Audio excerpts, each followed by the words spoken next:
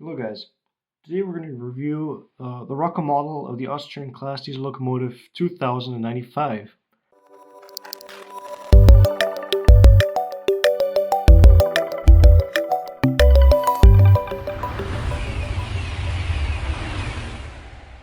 The original type of these diesel locomotives were built in 1958 from the Austrian company Simmeringer Graz Pauke.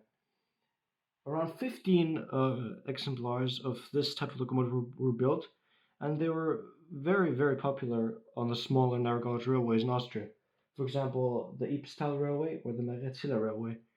And even to this day, many of them have survived and are now present on museum railways. For example, the Ybbstal Railway or the Waldviertler Schmalspurbahn. Especially this model here, it was really nicely done by Roco, and we're going to go into some of the details. As with many other models of Roco, this one is also actually done pretty well. In terms of detailing, you can see here that the lamps, the 3-point lamps, are done really nicely. Later on you'll also see them in action when we're going to run the model on our track.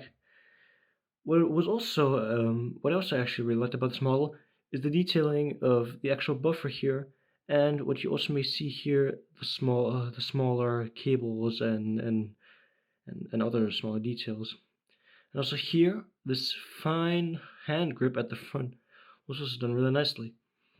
And also the printing around the entire model is done with really good precision and is really clean and crisp.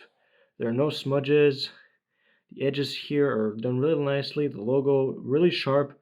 Everything is really nice. Even if you look closely, I'll just hold it further into the camera. You can also see here the detailing of some of the gauges, and here's some minor text. Let me just get the model more closer so you guys can see it in better quality.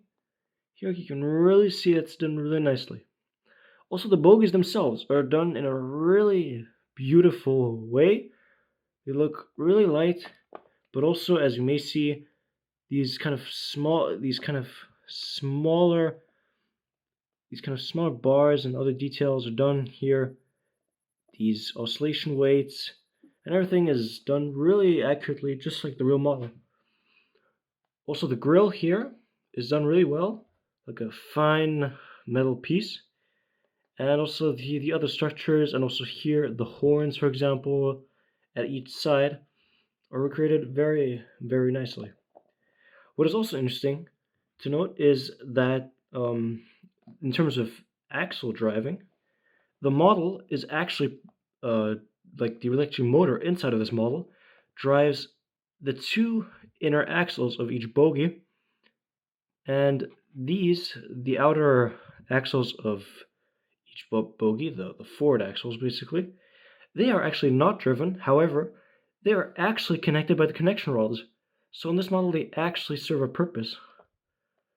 What you can also already see here is the really beautiful detailing of the cab, where you have an actual kind of seat. What I actually just saw today was that there's even a kind of small printed sign within the cab of the model. You can faithfully see it here, but also the side door with the corridor next to the engine basically is also really nicely done. And also here some of the smaller details of the actual large set, the controls here, the large kind of throttle wheel. These were typically used on many Austrian locomotives. And what is also interesting are the wipers. They're really nicely done, and they're actually they're actually put onto the model from the outside. Because in many other cases, there are even some models which only have kind of like wipers that are kind of like formed into the glass itself, which actually does not look really nice. But here, it's done really well. And even here, the small grill you can see here is also really nicely done. So again, there are a lot of outside details, but as a whole, the model isn't too fragile to actually hold it. Like as you can already see here, you can take it around pretty easily, and it's still, yeah, really stable.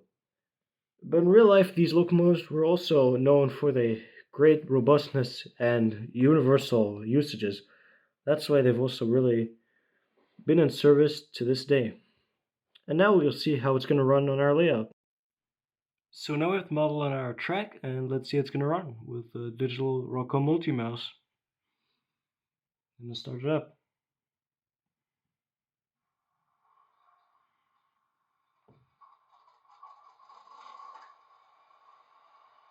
Button 2 is for the shorter horn, and button 3 is for the longer horn. It basically goes, the longer horn on button 3 basically just continues as long as you hold the button. And let's get it started. Really nice, realistic engine behavior. Like the way it starts but also decelerates is really nicely done.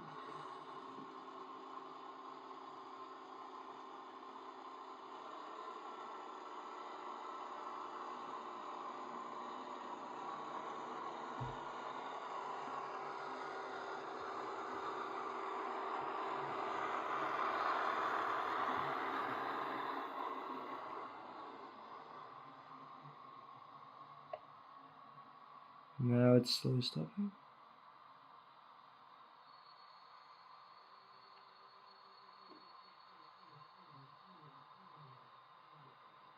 What can be heard a little bit is the kind of buzzing of the engine again when it's like going to slower revs. But generally, there is not really the original electric engine sound that you can hear. Like the sound by the decoder is overlaying that really nicely.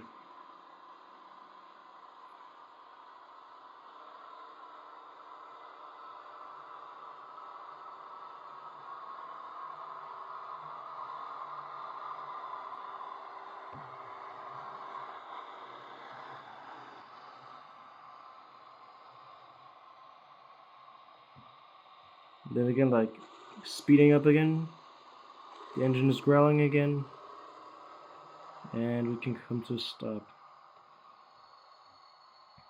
What I'm actually kind of missing is, as you can already see here, the back red light, either left or right.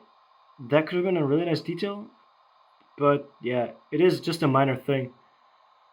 But already the performance of the lights themselves with the white is really nicely done. But yeah, as with many other Roco models, there should be kind of like a red light at the back. But yeah, so this is actually one thing that I missed with this model. With the price around 270 euros, it is actually in a pretty good segment, I'd say. Like, especially for such a really nice model. The detailing, the running, it's really well done, and I'm really happy with it. It is really nice. Again, there's only one single thing missing, which is the back red light. But then again, for many of you, it may not be that important. But yeah, it is a really nice loco. It can pull good loads, and yeah, it's a really nice addition to your collection. And yeah, it's really versatile. So thanks again, guys, for watching this review, and I'll see you in the next episode.